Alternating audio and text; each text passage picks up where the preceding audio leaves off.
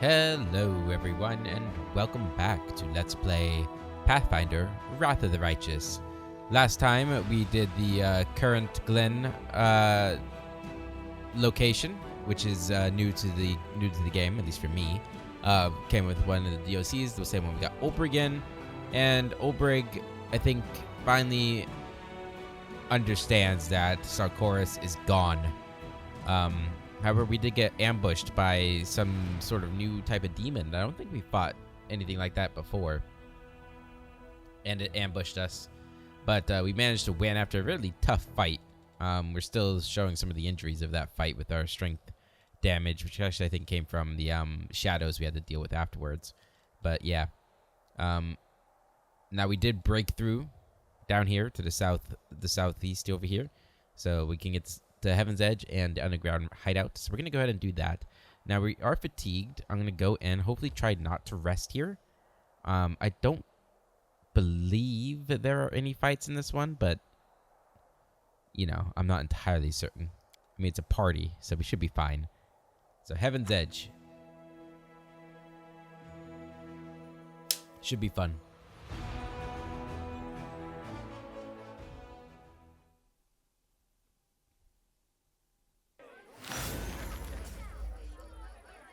All right.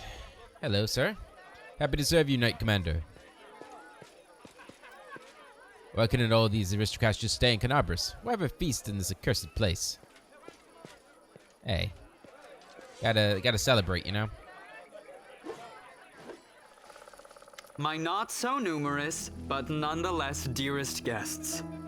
About a year ago at my last birthday party, I assured you all that I nurtured a deep-seated hatred for boring people who give protracted speeches in the misplaced belief that their inner thoughts are of any interest to anyone but themselves.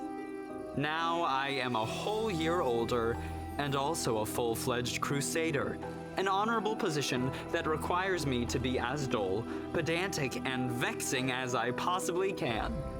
Therefore, a speech it is. Darren's face is impossible to read. He has his usual half-smirk fixed in place, his eyes gleaming with excitement, but his anxious gaze wanders for just a moment too long before he begins his speech. The revered cleric Nestrin, my guardian and tutor, often told me that those who live a sinful life may expect to join the abyssal hordes after they die. This is why their path is the most despicable of all. A part of their soul may return to Mendev in the abominable form of a demonic invader. Every time we see a demon, we might as well think about it. What if this wretched creature used to be your great-great-grandfather? What if certain parts of this pointy-tailed beauty used to belong to your pious cousin? They say that the demons represent the sins of the souls they are made of. Succubi emerge out of lustful souls. Vandals turn into Abracandilu. Gluttons become Nabasu. I, for one, am determined to commit as many different sins as possible, so that the distributive mechanism of the abyss breaks when it tries to decide what to do with my soul. Good strategy. Great strategy, really. I mean, when you think about it, right? You, my dearest guests, will be my assistants in this complicated task. Eat, drink, and indulge yourselves in whatever vices you can. Let nobody leave this house as righteous as they entered it. Live every day like it's your last. After all, nobody knows when that day will arrive, do they?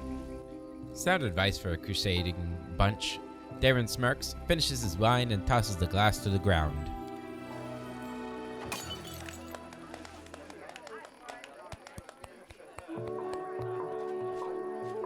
Bravo. How interesting. Inquisitor Leoter whispers in your ear from behind. That's creepy. Don't do that. Did you find anything interesting? Nothing, really.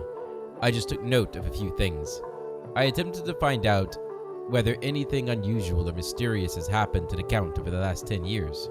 During my conversations with his acquaintances, 2 people noted that he never speaks of the revered Nestrin, the priest of Iomade who was his guardian and tutor, yet he just mentioned Nestrin in his speech, whatever that might mean. He told me that you tried to find out if anything odd had happened to Darren over the last 10 years. Some of his servants complained about strange occurrences in the house, like objects moving by themselves or candles going out. Of course, that could simply be a figment of their imagination.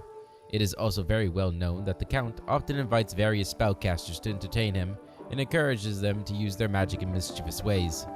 Practically the whole of Mendev knows the story about the 3 drunk wizards and their teleportation race across the roofs of Canabras after a party at the Count's house. What I'm trying to say here is that any fluctuations in residual magic at his house are not at all surprising. There was the matter of the abduction, however. A gang of bandits kidnapped the Count, hoping for a ransom, but the only reward they got was death. Afterward, the Count told everyone that he had hired the bandits himself as a joke. The other mercenary squad that freed him and executed the bandits was also in his employ. Nobody really wanted to delve too deep into this case after confirming the identities of those wretched cutthroats. But there was one disturbing fact about it all, and I don't mean the Count's bizarre idea of fun. The mercenaries who supposedly freed him and had also cut off the bandits' heads after they had already killed them. Their heads were cut off? You mean the bandits who attacked Darren? Yes. Perhaps I wouldn't have even noticed this detail had I not visited Heaven's Edge right after the tragic incident. I remember we also found several headless bodies, both of guests and demons. We thought they had been decapitated during the fight. My companions have been finding severed heads among their belongings recently. Strangely, things like this weren't a problem before Darren joined the party. What?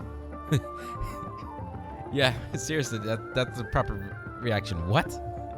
That's even. It's just been, hey, severed heads are in my bag. No big deal. That isn't an alarming coincidence. Now we have another reason to conduct an investigation. It is crucial that we find out what exactly happened at that tragic feast. What do we need to do, Inquisitor? Now that's the hardest part. I need to dive deep into the past of this place, which requires casting several different spells over some time. It would be very convenient for me if nobody interrupted the process, especially the Count himself. I don't think he remembers my face, but a suspicious stranger casting unknown spells might attract his attention. All in all, what I want you to do is to distract the master of the house. Right now, he is playing host in the very place I'd like to start with. How do I distract him? I don't know. Maybe your companions can assist you somehow? Or you can take a look around. Perhaps there's something that can help us? I understand. Good luck. Come back to me when the Count leaves. I will tell you everything I managed to find out and maybe even show you something. Okay. So we got some rockin' music in here. It's kind of loud. I'm gonna turn it down just a bit. Oh, whoa, not the main menu. It's close. Yeah, just a little bit. I like it, but it's a little too loud for me to spend, so long in here. 50 should be good. It's still kind of loud, but yeah, man, it is super loud. What the hell? 25. All right, that's better, at least for now. All right, Drunk Noble, what's up, man? This place gives me the creeps. But what a thrilling experience. Drunk Noble Social. I can imagine how lovely this manor must have been before the war. I yearn to set up my easel in one of the pleasant little alcoves and paint to my heart's content. Yeah, probably would have been nice. The decorative plants are in a miserable state. They've been neglected for many years. Yeah, so this is like right on the border of Mendev and Sarkoris then, huh? A jug of wine, if used creatively, may distract the Count for a while. Berry wine. Windowar, what you doing back here? The Golden Boy invited us all here for a grand feast, as if we were part of his own tribe. Interesting. Move out. Very interesting, yeah. Alright, let's go upstairs. A bunch of people here. Sela. You never know when or if you'll get another chance to rest and have some fun during wartime. I'd rather take my chance while I can. Fair enough. I see you, Darren. Hold off on that. Camellia. I adore this estate. So much beauty, so many quiet nooks. Head on. Head on. Oh, I can't go way back there? Okay. Let's do here. The door is sealed and looks like it hasn't been opened in a very long time. Island, you follow. Same with that one. This goes into the main hall here. Whole bunch of furniture. Interesting. Oh, it's you. Do you remember me?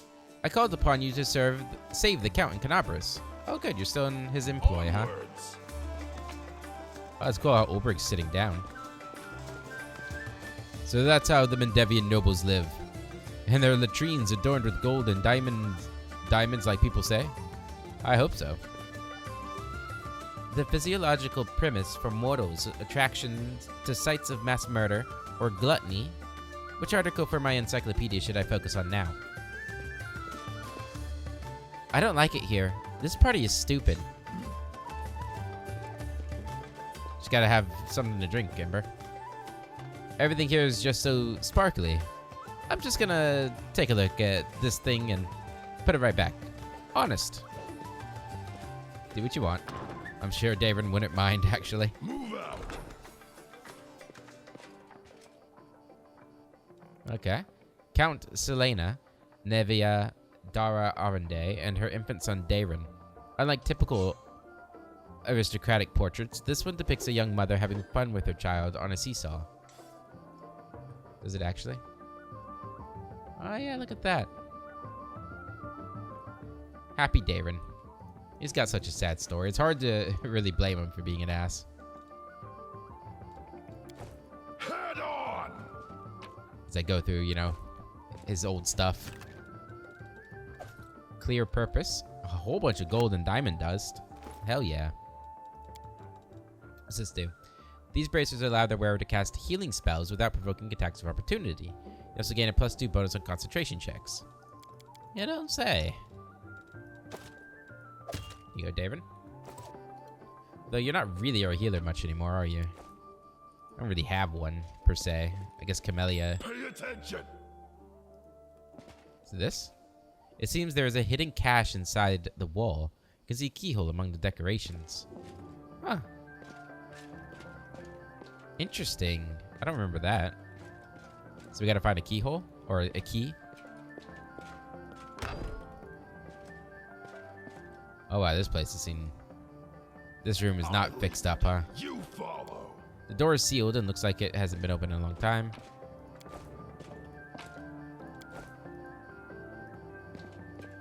Oop.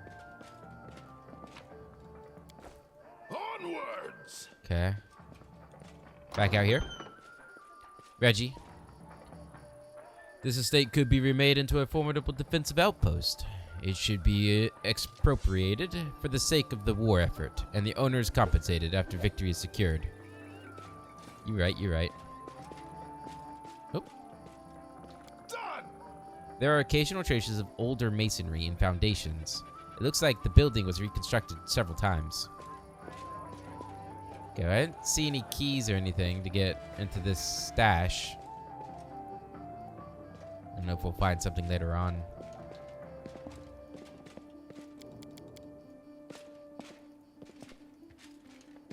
Not blind and missing something, am I?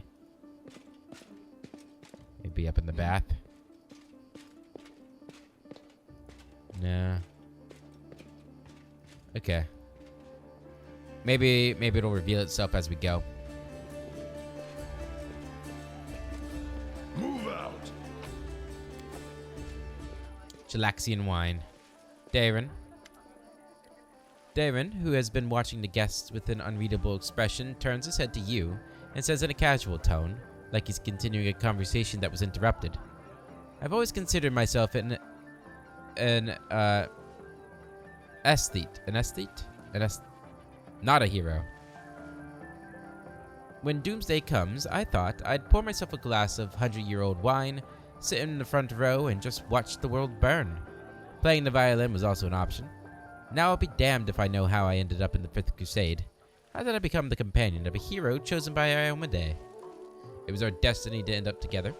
Perhaps this is your chance to finally do something worthwhile. Sometimes the most casual occurrences dictate our fate's course. Go number 3. I'm afraid that is not always the case. Sometimes it is dictated by alien but wholly deliberate forces. Spill wine on Darren's suit. Oh, I'm so sorry. I didn't mean to. Tell me more about Heaven's Edge. This estate was once a truly beautiful sight, with its lush gardens and placid ponds. Darren smiles briefly. It is a genuine smile, quite different from his usual half-smirk. The house itself is not that large, however. This land was part of the border region even before the world ruined, so my ancestors took that into account when laying the foundations. The larger the mansion, the harder it is to defend. I'd gladly give you a tour, but I'm afraid there's not much time or not much to see here. I didn't have much time, so my servants only managed to clean up this yard, the Great Hall, and a couple of rooms. There's nothing interesting about them except perhaps the magical firefighting system powered by water elementals.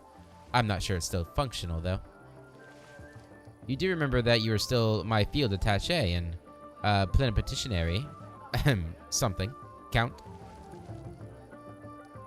I demand a report of all your work so far in half an hour. Spill wine. So why did you really decide to throw a party at a scene of such a tragedy? What's this ghoulish farce about? Why did you decide to do this? Yeah. Darren freezes. What an odd feeling. It's like I've been lying under the sun in a spectacular meadow in full bloom, and then you barge in to pour a bucket of ice-cold water all over me. Is this how you treat people who invite you to their celebrations? No, you don't have to answer. I could come up with a polite excuse, but I'd rather match your courteous manners and put it bluntly. I do not wish to continue this conversation. Thank you for ruining my mood. I shall retire to my chambers for a time. The Count gives you a pointedly formal bow and leaves. Hey, I could have ruined your outfit. Everybody has to go to his room with him, huh? Alright. Leotar, let's do this, buddy. I see that you did your part, Commander. Thank you. Now get ready to watch and listen closely. I will unravel the past of this place and try to show you whatever I find.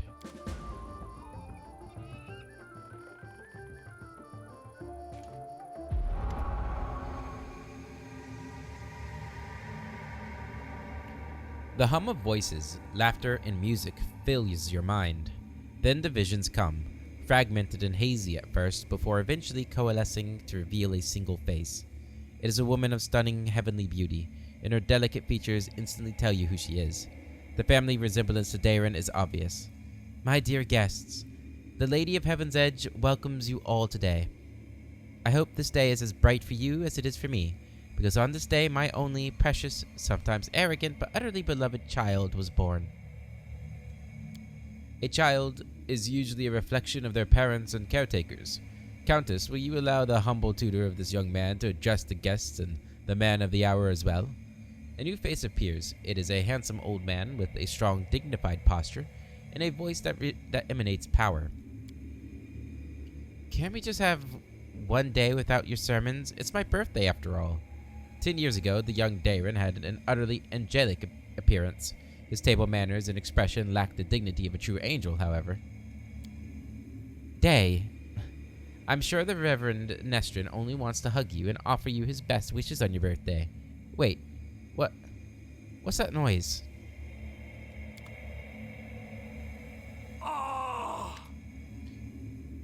The shrill laughter rings in your ears and reverberates in the base of your skull. In this vision, a Lilitu appears before the guests of the estate and gives them an exaggerated, scornful bow. The Sorceress of Evil has come to your celebration, mortals. Did you prepare a treat for me, too? What do you want, spawn of the abyss? I've already done everything I wanted to do. Hey, you, doddering cleric, look around. Don't you notice anything odd? The plague is in your wine, in your food, in the air around you, in your blood. Soon you will all die. Pray to your pathetic goddess and call upon your healing powers all you want, but they're not going to help you. Nothing will help you. I will give you a chance to see it for yourselves. And when I return, the grave realization will have already sunk its teeth into your throats. Oh, how I love watching mortals in their final desperate hours. The demon finishes her speech with an air kiss to Darren, making him freeze in horror and disappears.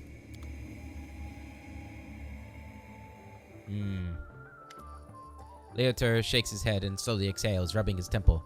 The first appearance of the disease and the Lilitu, one of the many sisters of the accursed Minago. So far, everything I've seen matches the official version of events. Who were the people in the vision?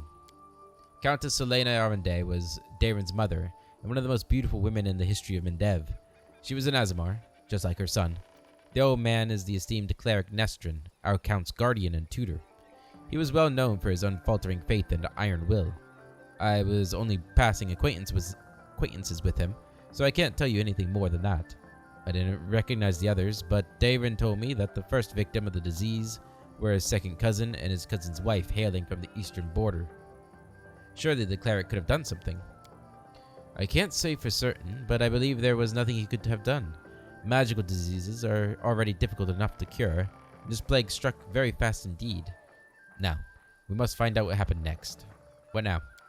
I can sense the aftershocks of a very strong outburst of emotions and memories somewhere in the west wing of the house. Something must have happened in one of the rooms. So please, check if anyone is in there and distract them if needs be. Alright. Sure, I can do that. The west wing, huh?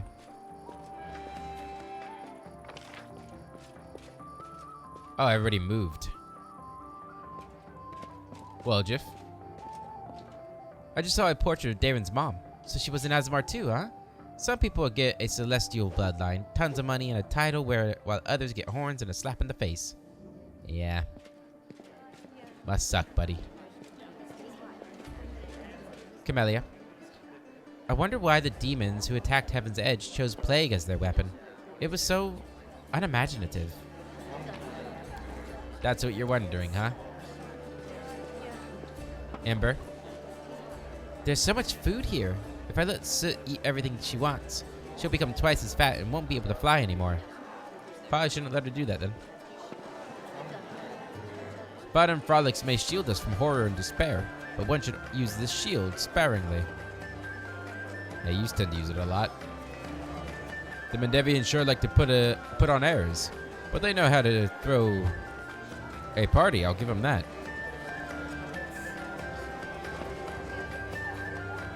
Both this place and its owner make me think how deceptive appearances can be, but I cannot deny that the wine here is very good.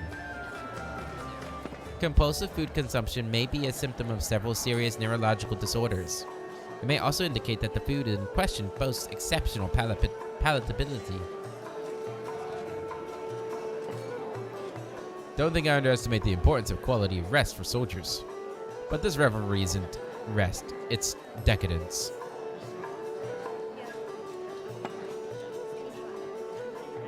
That's one good din. The Golden Boy's ancestors must have been powerful, given that their kin is still prosperous. Yep. Mr. Golden Boy. Hey, buddy. Darren arches a brow at you, but he doesn't seem to be disturbed in the slightest by your entrance. He's not trying to cover up or get dressed any faster. Commander, I assume that you have an urgent matter that requires my attention. What is this room? Darren casts a look around the room as if he had never seen it before, then shrugs carelessly. Just a random room. I told my servants to make some rooms ready. This is one of the rooms they chose.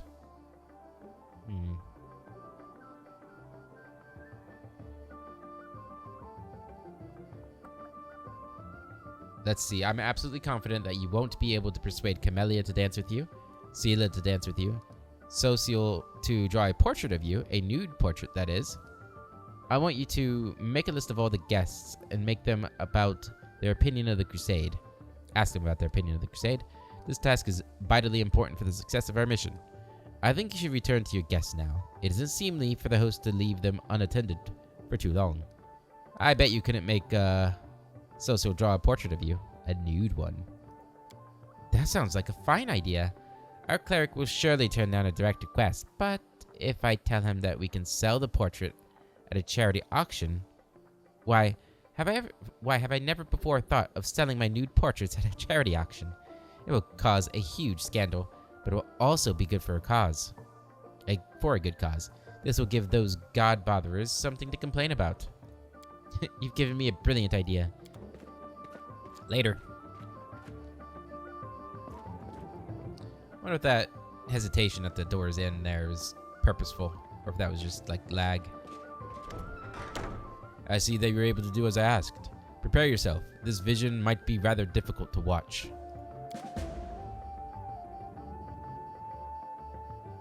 Got me worried. We're in a bedroom. Young Davin stands motionless by the Countess's bed. His face is pale with fear, and for good reason. His mother's heavenly beauty is gone. Her smile, once beaming with vitality and happiness, looks more like the grimace of a corpse. Only her golden hair still glows, a sad reminder of the healthy young woman she was just a few hours ago. Mother? Can you hear me, Mother? Day, my boy, how did you get here? The Countess's voice is fading. Don't come any closer. This disease. Mother, listen. The revered Nestrin has sealed the gates. He says that he won't let anyone leave the estate. If the plague reaches the larger settlements, nobody will be able to stop it. He claims this is why the demons attacked us in the first place. They knew that we would call upon the strongest clerics to heal us, and those clerics would catch the disease and die as well. The fat baron and his family tried to escape, but 3 armed paladins barred their way and said they would not let them go. Mother, we need to help. We need help. Canabras is full of clerics, wizards, and demons know who else. They might know how to stop it. We need to get there as soon as possible. We must obey the Reverend Nestrin. We are the lords of Mendev, and we must protect our people. If the plague, if it reaches Canabras, thousands of innocent people will die. I don't care about any innocence. Darren's voice raises to a shout. You're ill, Mother. You're dying. You must tell them to open the gates and take you to Canabras. They won't listen to me, but you are the lady of the estate. They can't refuse you. I can't. I must. Please leave, my dearest. Don't lose hope. You can still. A convulsion overtakes the Countess's body. Her last words are swallowed by a long, guttural groan. Damn. Leotor wearily rubs his temple, but his face is unreadable. Now I have an answer to one of my many questions. Nobody went to Canabras in search of help because the revered Nestrin didn't let them. He valued the safety of the city more than the lives of his flock at the estate. What a difficult choice it must have been. He made the right choice. There was no other way. All lives are equally valuable. How can he refuse to save them just because he thought some other people might suffer? Was there really no other choice? What about that last one? Who can say now? They could have sent one of the paladins to bring help from Canabras, assuming that the Knight of God was immune to the disease. Perhaps Nestrin thought he might need them to maintain order. Perhaps he understood that the demons would not allow anyone to leave anyway. Or maybe the plague was so strong that it could mow down even the most righteous warriors. We will never know if any of these hypotheses are true. He rubs his chin thoughtfully. I have never been in the revered Nestrin's position, but I know the price of difficult decisions, especially those that you have to make quickly. I have no right to judge him, but we must continue our investigation. The next site I'd like to examine is the Great Hall. That is where we found the remains of Nestrin and the demons. I assume that he killed them in confrontation, but we must make sure of that. Please, help me clear the area so that I can study it.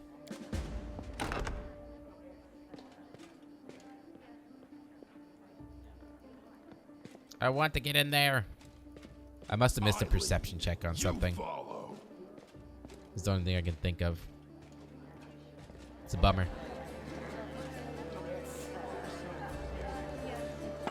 Alright, did it work? Stop trying to talk me into this. You have neither heart nor conscience, Darren. Even the noble idea of charity becomes a farce when you touch it.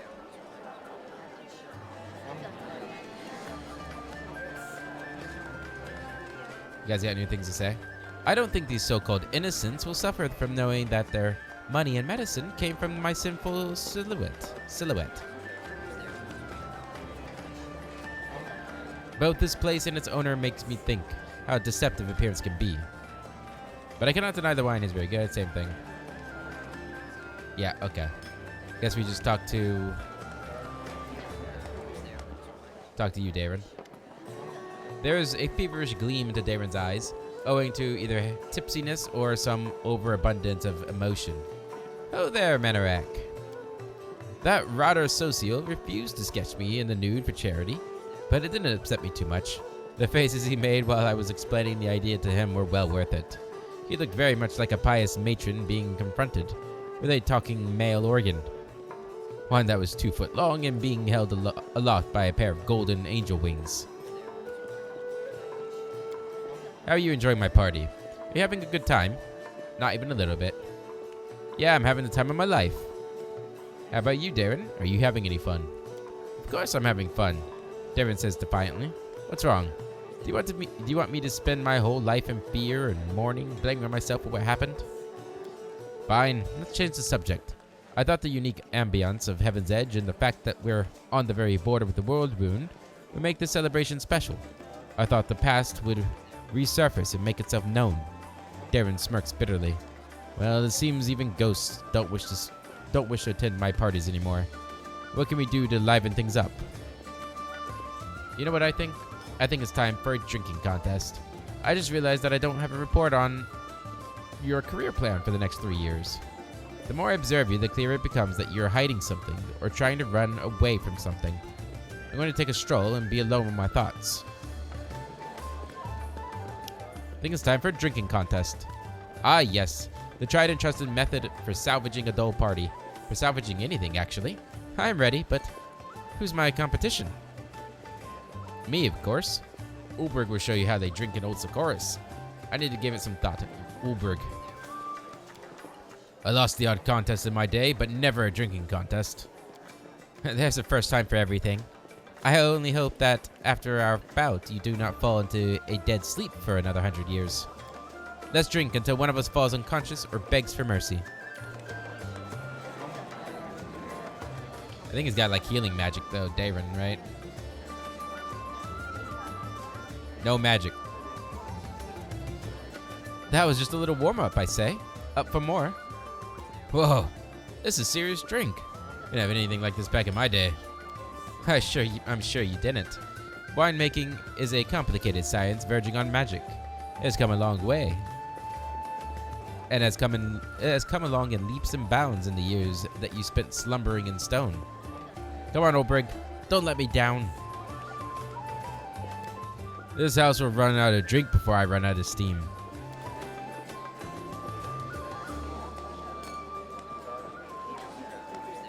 Thunder looks so cool, the hippogriff. I love it. Whoa. Are we done here, or are you ready for another round? I've disgraced myself. I've been out drunk by a city-born Popinjay in a silk shirt. This is what happens when an overconfident barbarian issues a challenge to civilization.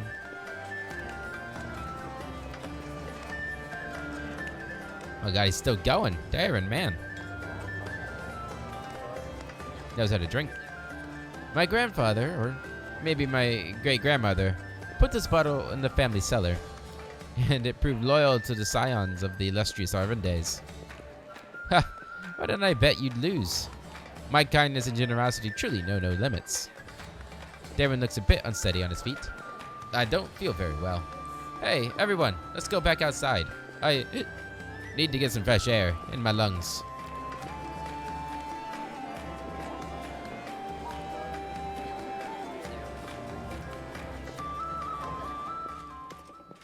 Here we are again, Commander. Leotar looks grim but focused. So let's take another glimpse into the past.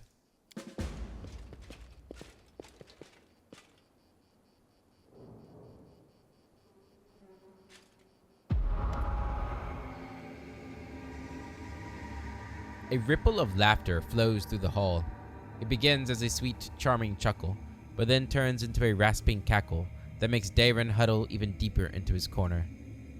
Why are you running from me, my sweet little prince? Come on, let me touch you.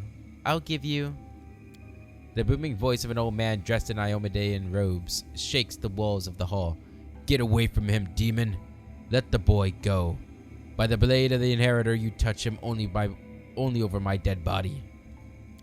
You are a pathetic old cleric. Are you the guardian of this charming little prince? Well, you guarded him in vain. The disease is already circulating in his blood, and soon he will rot before your very eyes. You won't be able to help him, and I can at least make sure his death is beautiful, clean, and sweet. The demoness turns her eyeless face to Darren and licks her lips. A coarse laugh escapes the young man's throat. We'll see about that.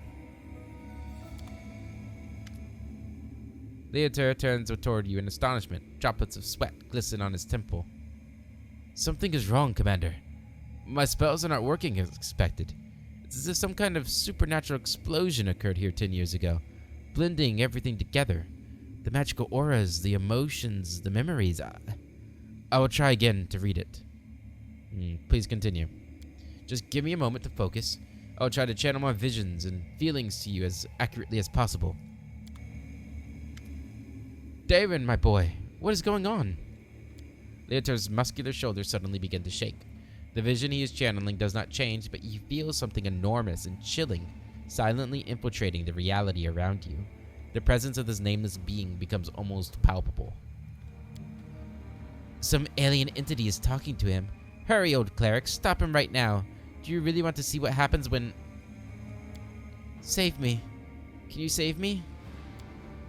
The presence thickens into something more tangible. The entity is silent, but you feel your blood pulsing in your temples, and each beat brings a new image, or rather, a new notion. Help brings a feeling of relief and safety. Exchange makes the pulse stronger, more demanding. Gate and secret come immediately after. The images become heavier, almost visible. Secret, keep the secret. Otherwise, death, death, death, death.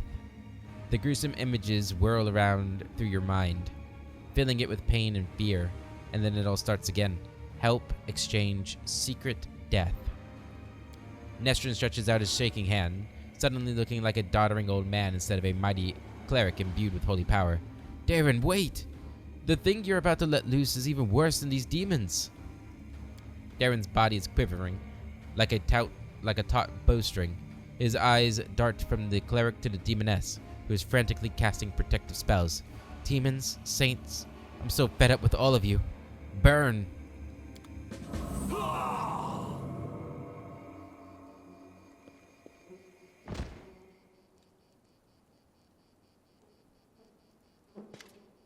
Leotar opens his eyes with a groan, then gets back on his feet. His legs are wobbly, his eyebrow is cut, but he seems not to notice. Sincere sorrow is written on his face, as well as a strong hint of horror. What a misfortune. No, what a disaster. Everything's far worse than I imagined. Are you alright? Do you understand now what happened 10 years ago? Do you understand now what happened 10 years ago? The Inquisitor slowly exhales through clenched teeth and says in a low voice, still massaging his temple, Yes and no. Damn it, my thoughts are astray. I'll try to explain everything to you in full detail. Many living things are capable of performing the most extraordinary feats, good or bad. When a deadly threat looms over them 10 years ago, the young count found himself cornered in every sense of the word, and he allowed some alien entity to intercede for him. It frightens me that all my experience as an Inquisitor is completely useless in this case. It does not resemble anything I've ever heard or read about. This entity, I think I will call it the Other, possesses uncanny power. It was capable of instantly killing 3 greater demons, a mighty cleric, and a host of other mortals. You saw everything yourself. What's even worse is that this entity, this Other, it is still here. Leotar takes a long pause. His gaze is drawn to the chamber, where all the guests are laughing and dancing. Darren's eloquent voice rises above the music for a moment. He's asking someone to bring him more wine and add more logs to the fire. I don't know what exactly this creature is, but I know what it did to the Count. It turned him into a living gateway. The Other is not inside the Count's body. It is not directly controlling his mind. That's why there are no obvious signs of possession. But it is looking through his eyes. It treats him like a window into our world, and it can instantly step through it to wreak havoc if it desires. Does Darren know anything about all this? Yes, of course he does. Did you hear what the other tried to convey to us? Help in exchange for a secret. Death. Death to those who know the truth. It wants to have an opportunity to use the Count as a gateway without anyone knowing. This is what made Darren deny that he remembered anything about the conclusion of the events at Heaven's Edge. What might the other want? This is the strangest thing about it all. It came to this world 10 years ago, and it's still here, right? All this time it has been watching us through the eyes of the Count. Had it, for instance, wanted to kill Her Majesty the Queen, it would have had plenty of opportunities to do so. The Count can get close to practically every influential figure in Mendev, but the other refuses to act. Or its interests lie in some other sphere. Did the others kill everyone then? This disease was not to blame? Not everyone. Just Nestrin, his paladins, and the few remaining guests. Damn it. I know that it was the work of a mysterious, omnipotent entity, but it still stings. I was here 10 years ago, and I didn't check everything personally, and those who did failed to sense that something was wrong. Could the other be the reason why my companions keep finding severed heads among their belongings back in Canabras? It seems very likely. I'm almost certain you are right. People tend to lose their heads when they get too close to Count Aronde anyway. I do apologize. That was inappropriate. Perhaps your gruesome findings are the heads of some cultists who tried to kidnap the Count during the Canabras slaughter? Or perhaps they provoked the other in some other way. You alright? The strain, the emotions, they overwhelmed me and made me faint like an agitated youngster. It is nothing, really. I won't be able to cast any spells for the rest of the day, but aside from that, I'm fine. We have to do something. Yes. Now I understand, Father Nestrin, perfectly. I must make a crucial decision despite the dearth of information. The Inquisitor falls silent for a while. Then he looks you right in the eye. Commander, first and foremost, I must apologize to you. Second, I must ask you keep this secret. What are you sorry for? I apologize for dragging you into this mess. You see, the other, an entity of immense power, stated very clearly that it would kill anyone who found out the truth. Anyone who knows that the Count is actually its living gateway. I suppose the secret is currently known to 3 people on Galarian. You, me, and Count Darren. And that means... Leotar gives you a crooked smirk and shrugs. Why should I keep it a secret? As soon as the Count finds out that we know his secret, the other will understand it as well. We do not know what it is and what exactly its scope, or what exactly is the scope of its powers, but we do know that it would dispose of anyone who might reveal its existence. I've made a decision, Leotar says gravely. I will not tell anyone about the discovery we've just made, not even the Queen or my superiors.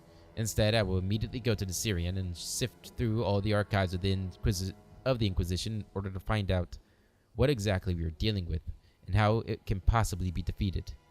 I may also make some cautious inquiries in other places, including Absalom. Still, I will not reveal the truth until I have found at least some reliable information. I'm asking you to do the same. Specifically, do not say a single word about our investigation to the Count himself. So you want me to lead the crusade while carrying a bomb that may explode at any moment?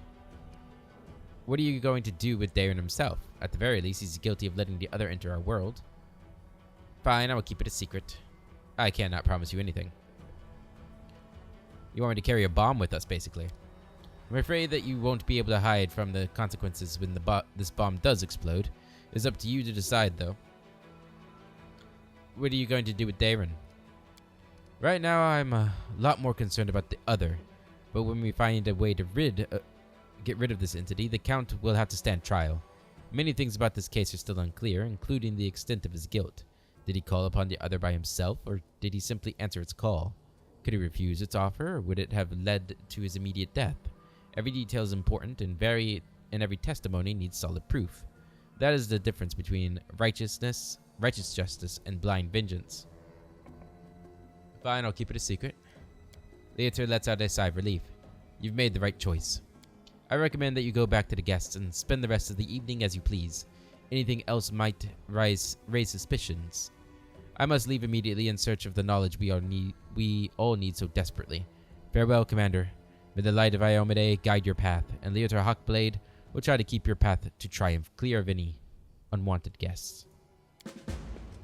Level up. Hell yeah. Alright, let's go end this party. You guys have anything new to say? Whew, I've eaten enough for 10 men. And still the festivals in our village were much more fun. We didn't have all these delicacies, but we celebrated with spirit. I don't want to complain, but I'm not sure I'll be able to endure another hour of this outrageous debauchery. I liked the party. It's a pity it's already coming to an end. It is a pity, isn't it? It's a pity I'd never found that key. That's the real pity.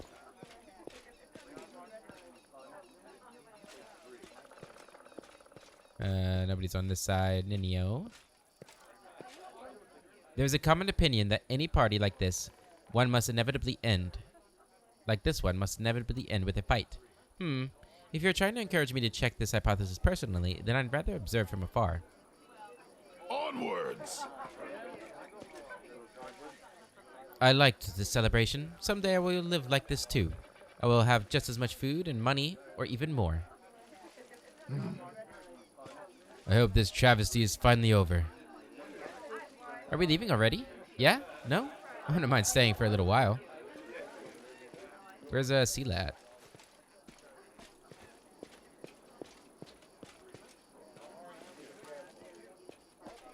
Is she over this side? Oh, she was right there. Okay. Move out! Man, I really didn't find the key, huh? Damn. Oh, it's Ember. You know what I just realized? Darren was afraid to come here, and so that's why he did it. Because of that fear.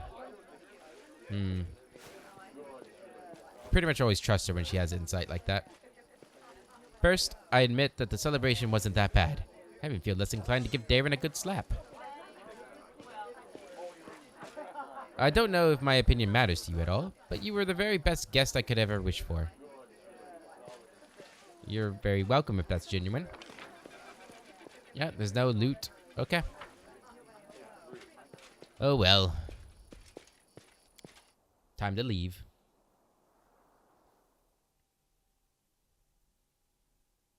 I wonder if that passed time. That celebration. Well, it's 13. Yep, it did pass time. Very good.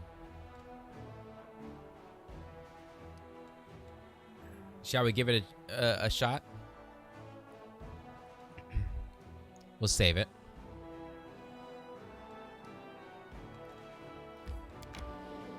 Let's see. Now, no Minotaurs are hard. They're tough. But I should be able to take out some of them.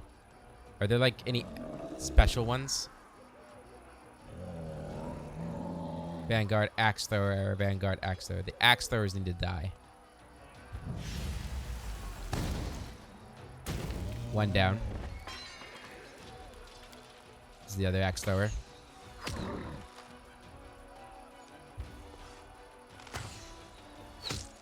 Decent damage there.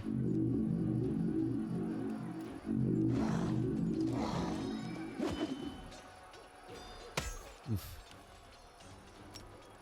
Kill that. Good.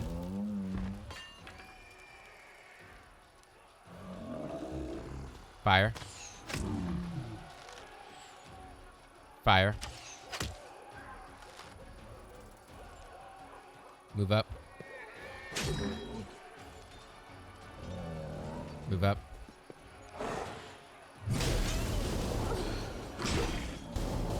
Okay.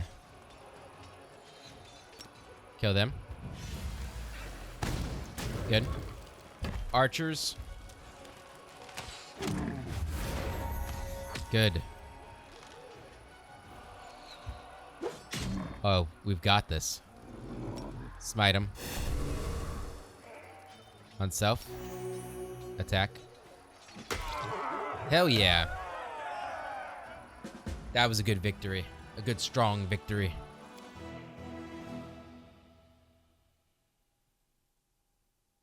Yeah, generals are so strong in those. It's great. The Lord of the Minotaurs had the unholy symbol of Rovagug the Destroyer around his neck. The Crusaders decided to hand the pieces of this dark relic over to the commander. The unholy symbol of Rovagug the Destroyer became infamous among the people of Eastern Sarkoris in the wake of the crimes of Humpback Zerga, a bloodthirsty priest. Zerga was born with a body so twisted and broken that the infant's very survival seemed truly miraculous. The diseases and curses afflicting the wretched creature were so strong that no amount of healing magic could undo them. Zerga grew up to become a violent, rancorous man who despised love, friendship, and everything pure and kind. He turned all the hatred he had amassed over the years against the world that had humiliated him and dedicated himself fully to the bloody ways of Gorum. Even his fellow priests considered Zerga to be irredeemably broken and evil, which in turn made him abandon them and turn to Rovagug instead. Dreaming of total annihilation, the triumphant revenge for his suffering, Zerga gathered his own band of rascals, driven together out of fear, to commit brutal robberies and murder. The government of Sarkoris sent their militia squads eastward to bring Zerga and his cohorts to justice, but the disaster struck when the world wound opened and their quest was curtailed. The humpback was among the few madmen who were not afraid of the demonic incursion. He even managed to turn the situation to his advantage by cowing some demon worshippers into submission. Zerga made them forget their former masters by demonstrating his unrivaled malevolent strength and pursued his own unholy crusade. Even his own allies were not safe from his wrath, and eventually this became his undoing. Humpback Zerga was killed in his sleep by a group of treacherous followers. Legend has it that although they cut his throat precisely at midnight, the sinister brute of a priest continued to spit out profanities and curses until the first light of day. Sounds like a lovely guy. He also got a nice axe here. Orc double axe +2. Very good. Cool. Didn't level up though. Thought that would definitely get us a level up for this. So that's the only army left on the board. We are not strong enough to fight them. We need maybe like one more day of recruiting. Maybe. And probably even more than that. Maybe another level up. My morale is high. Oh yeah, it's super high. Hell yeah. Cool. Back to me. And let's go ahead and level up. Oh, they got rid of our fatigue too, so that was like a rest. Okay, that's good. All right, level 8. Ooh, big level. We get another nocturnal ability. That's exciting. It's a big level because of this. 22 strength. Go ahead and get all of our stats here. Okay, so Bloodpool Haste. Can spend 2 points from his pool to cast the haste spell. That's pretty good. That's pretty useful. Is it personal haste or like the whole party haste? Yeah, it's an ally. It's a party haste. Awesome. Any other that are level 8? This one was level 6 one. Spend 2 points for his blood pool to gain +4 profane bonus to dexterity and 2 bonus to AC for 1 minute. That could be useful if I'm needing to tank. This is level 8 one. I can cast slow. Summon Bloody Bones Beast. A Bloodseeker can spend 2 points from his blood pool to summon a Bloody Bones Beast for a number of rounds equal to his level. It attacks the Bloodseeker's opponent to the best of its abilities. And Vampiric Touch. A Bloodseeker can spend 1 point to cast a Vampiric Touch spell. Oh man. There's a few good ones in here. I'm gonna take the next summon one because that seems fun. I know summons typically aren't the best in this game, but they've proven useful so far. And we can get that Ascendant Summoning thing from our Mythic Path if we need to. Good. Camellia, level 8. You get another Hex. Very cool.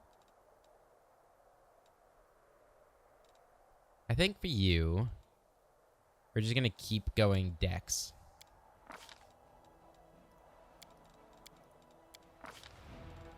Okay. So we could get Battle Master. Evil Eye. Evil Eye is a good one, but she doesn't really have time to cast it. You know, because she's always in combat. Can touch a willing creature, including herself, and grant the ward of wind. So last 8 rounds. This could be good for her as like a tanking thing. This could also be good. What are that stacks with the battle ward thing we have? Deflection bonus. Deflection bonuses. Usually they don't stack, right? Can only have one ward active at a time. Oh, okay, so I can't have this and that on at the same time. Still, I mean this goes out or runs out eventually, so you can always switch to that after that's out. Potentially. We could get a meta magic feat.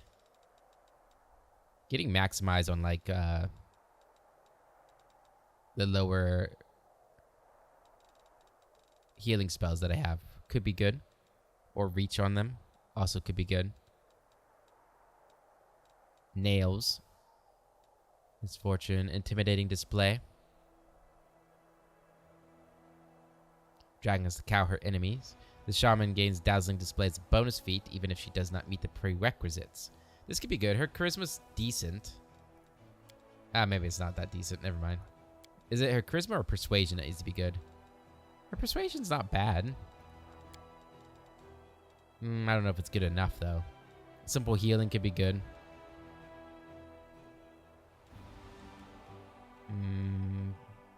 Primal Fury.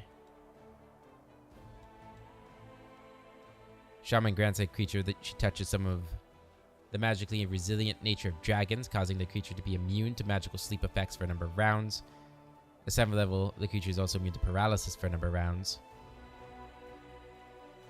That could be useful, but I don't know. The shaman creates an invisible shell of air that grants her +4 armor bonus to AC. 7th level, it increases by 2. Incoming arrows. The shaman can use this barrier for 1 round per day. For 1 hour per day per shaman level. Wait, this sounds really good. I'm gonna get that. It doesn't say that it's restricted by armor or anything, does it?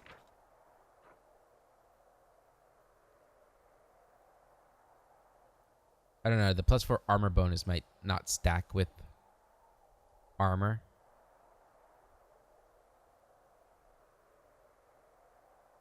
But it'd be +6. I don't know. Let's try it out.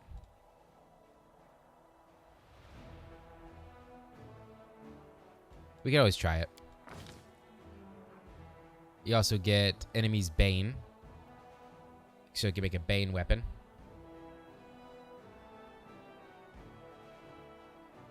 Yeah, maybe we should have increased our Constitution instead of Dex. What if we go that instead? Because I've got a couple of things that could be good for that. And I want to keep going with her Dex. Yeah. I mean, maybe at the end we'll get that con boost. And then Spark Soul. Electricity resistance.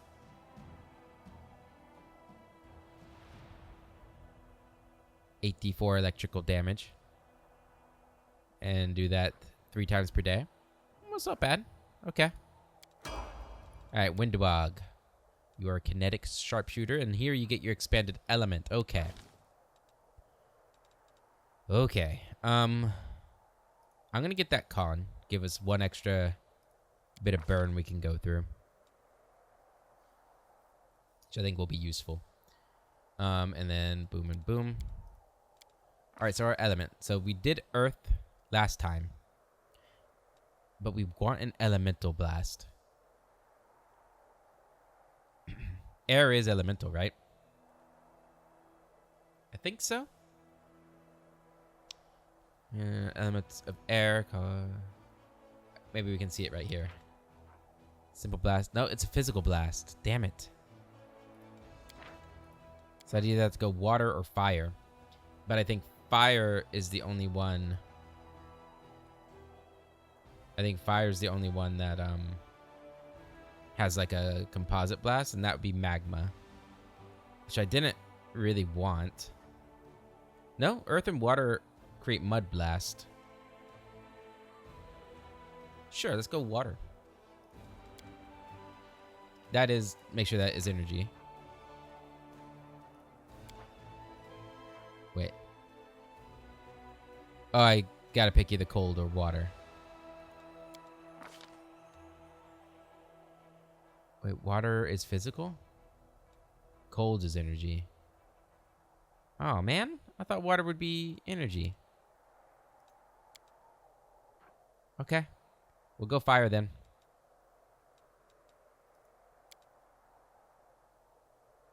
I'm a bit bummed by that. Means metal blast, is that physical? Yeah. Oh, that sounds so cool though. The metal blast. I feel like it's not smart though. I feel like it's not smart. And here I do want, I guess I could go electricity. This doesn't have a composite though, right? Or does it say it does?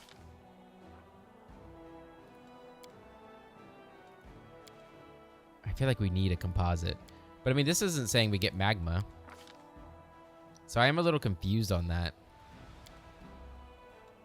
Like, why is this the only one that's saying we have a composite? Hold on. Cancel that. Let's save it. And let's just see. Let us see. So I'm thinking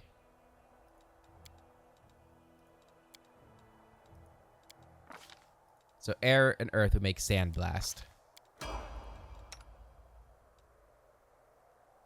So if we go to her abilities,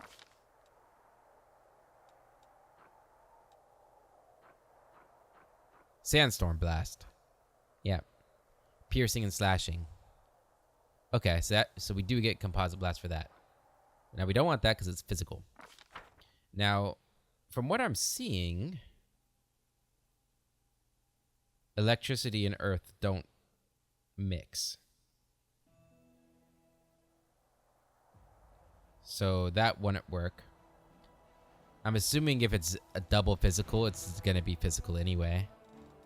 So the only one that would work is magma. Fire blast. Let's try the other ones just in case they do make something. Sorry for all the reloading here, but I'm trying new stuff here. Mud blast is indeed physical. Cool though. I might still go metal. I really like the idea of metal. We'll just have to find a way to get her through, work her way through resistances and stuff. Maybe there's something in the mythic path that could help me.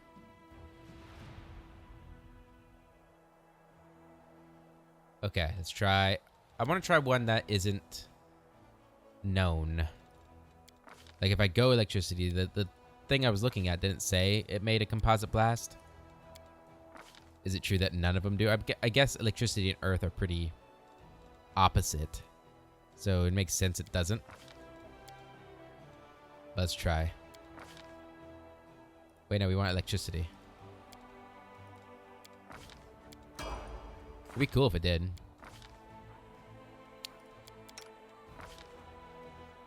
Okay, so no. So it is just those. One more reload.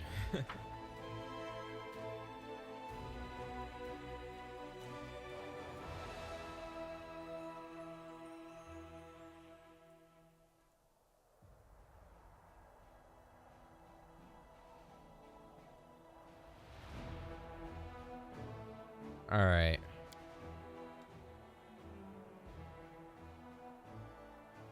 Hold on, I'm just looking real quick.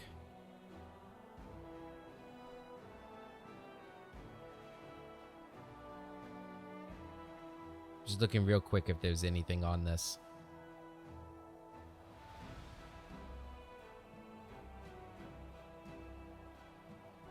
Rare metal infusion.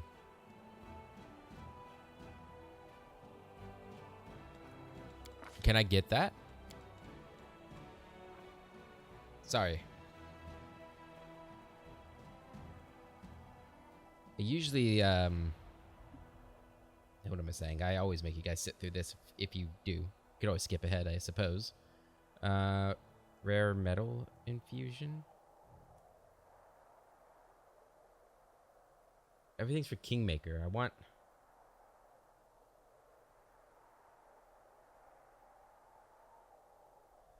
to see Pathfinder, Wrath of the Righteous.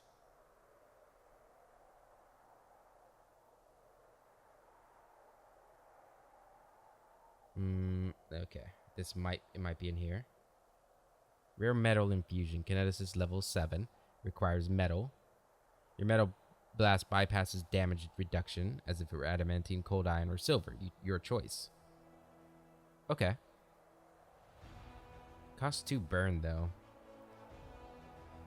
Still, it's kind of cool. I'm gonna go it. Let's do it. If it proves to be really bad, I'll respec her. Now, obviously, we won't have that until we get to our next infusion, which isn't until next level, hopefully. Oh, no. Not until level 9. But then we get a nice burst of them in those 5 levels there. I also get maximized at level 9. Oh, we've got a while to get... Yeah, we're almost level 9 personally, but because we had that level in fighter. It's cursed me. Okay, Darren. Hopefully you'll be a lot easier to level. Level 5 Insider. Get that charisma bonus. Oh, you get your rage power, I think, this level. Oh, no, you don't. Damn. I can't wait until we get that. That'll be super useful as next level. Okay. Wow, man, that would have been good. Okay, you get 1 spell. 1 level 2 spell. Out of all these, what is the best level 2 spell to get? Probably Blur. Yeah, we're gonna go Blur. Yeah, he was definitely easier. So, I did see the comment that I kind of messed up with extended aspects. Since we're probably gonna send him to be more of like a griffin. More often than aspects. And aspect works on only your physical form, not your animal form. From what I heard. So, that's a bit unfortunate. We'll have to... I don't know, we might end up respecking this guy too at some point. As I learn more about what a shifter does and how to make him most effective. Didn't really get a lot this level. And didn't get anything this level. Well. Besides, you know, base attack bonuses and stuff like that. This is a big level for you. Level 5, you get changeable gist. Free action. Blade Battle Magus can spend 1 point of his arcane pool to change the type of all damage dealt by him using the Black Blade or damage dealt by the Black Blade by itself to one of the following types. Okay. You can spend 2 points from this arcane pool to change the damage type to Sonic or Force. That's until the start of the next turn. Could be good to get past certain things. I guess I went Intelligence instead of Dex for him. Suppose that's fine. And I guess we were going Perception as your next one. Why? I guess everybody wants Perception. Yes, it's okay. Perception's fine. Let's get you a Frigid Touch. These are level 2 spells? Yeah. Frigid Touch and...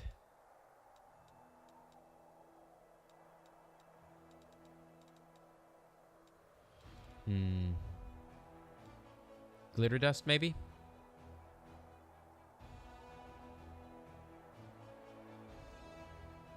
Get Glitter Dust. That could be useful. Yeah, we can get all these weapon abilities, which is great. Alright, and that is everybody. Awesome. And that's also going to be it for this episode. In the next one, we're going to head down to the underground hideout. And then I think we'll be done with this area. We got to go towards Dresden. But But until then, I hope you all have a wonderful day. I'll catch you later.